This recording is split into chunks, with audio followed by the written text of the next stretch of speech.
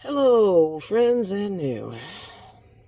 Well, this is the portion of our program where we learn just how big of a loser I've become. I cannot get the Social Security Administration to pull their head out of their ass.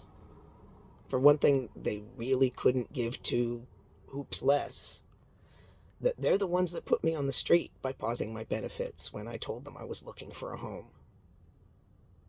They don't even seem to register it and go, wow, that's something we should maybe, tell the government people in charge of this and have them work that into the system somehow. That, oh, if you're looking for a house, okay, we won't pause them, but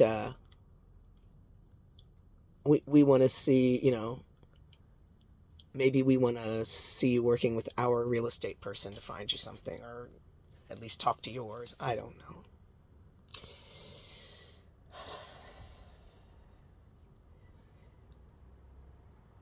I tried explaining to them the big problem with the guy in San Bernardino is that he has a burr in his tail thinking that they need to see my parents' trust book. The legal mumbo jumbo, all the notarized junk and everything. And the biggest problem with that is it's in storage. And I owe thousands of dollars to storage, and they're not letting me anywhere near it until that's paid. So I will never have access to that book again. Someone will throw it in the trash when they buy the container. And I've tried explaining to them this really doesn't have anything to do with my basic eligibility.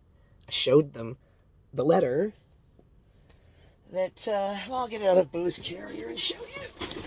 Well, like anybody really gives a turd, but, the letter from Social Security where they told me how they were lowering from 1201.44 to 0. And it says it's because you have countable resources worth more than $2,000. There is no mention of the trust being any part of this issue.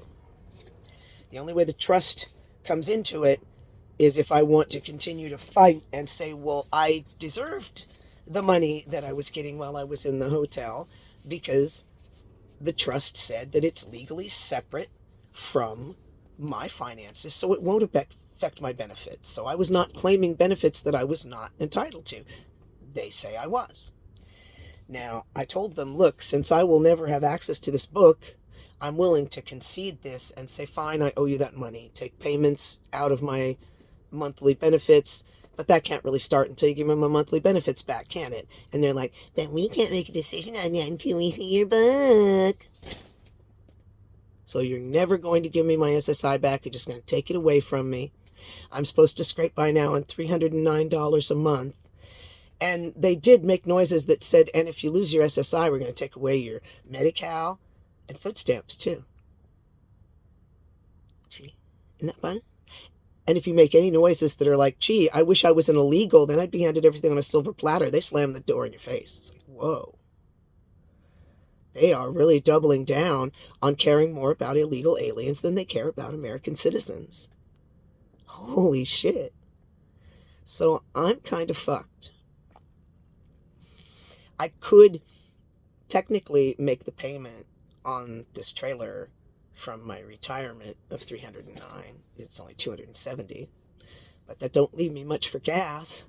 And if I run out of gas and this thing is stuck somewhere, they'll go, well, we're going to tow it into an impound yard, and you're going to owe X number of dollars a day impound before you can get it back, or any of your belongings in it. So Boo and I'll be hunkering under overpasses for shade and drinking gutter water.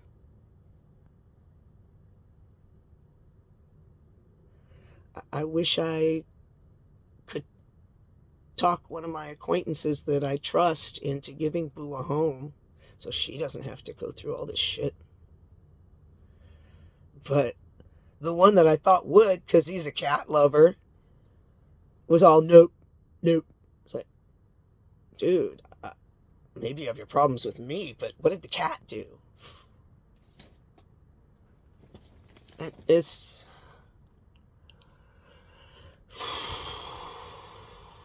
I mean, yeah, I can make a little money on Rover, but not if I can't get around to people's houses now. I can't just squat in my house and say, bring your cat to me, you dog, or whatever.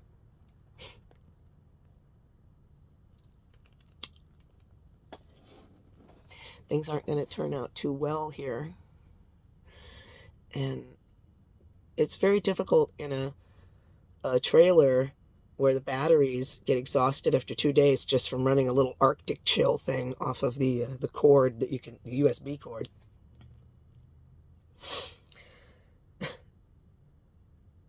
It's really hard to have the power to be able to put out too many videos.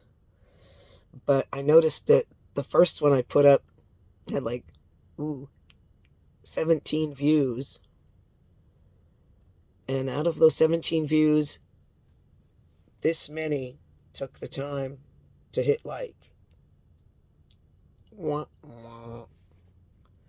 So I guess the idea of that even making me enough money for gas is a pipe dream. Well,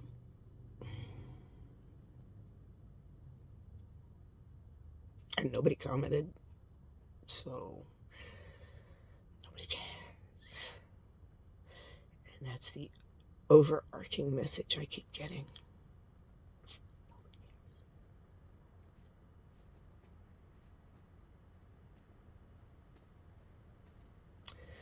Does anybody know a really good Social Security lawyer that can jump on these people and go, what the hell did you do to this woman? You made it impossible for her to get a home, and now you won't even give her lousy SSI back that you actually owe her SSDI, but your people withheld that information from her for so long. Now they're saying too much time has passed and they won't consider it. Least you can do is give her damned SSI back so she can function living in a trailer.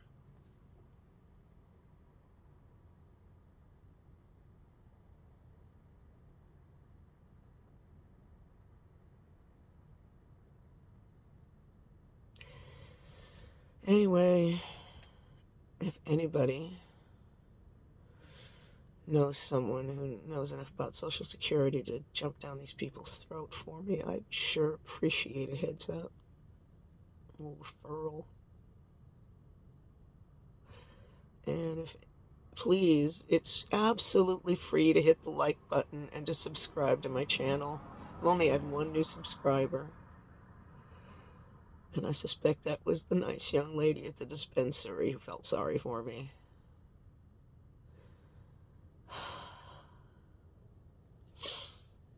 And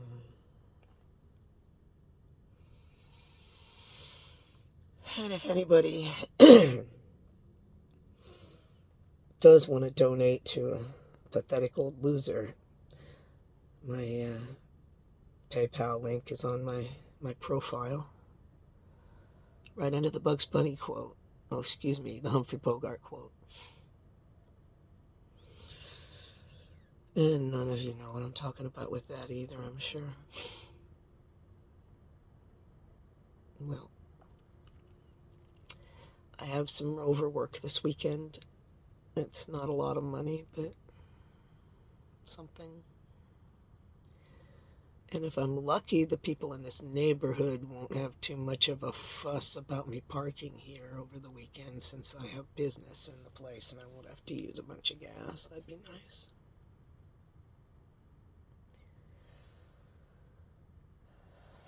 Anyway,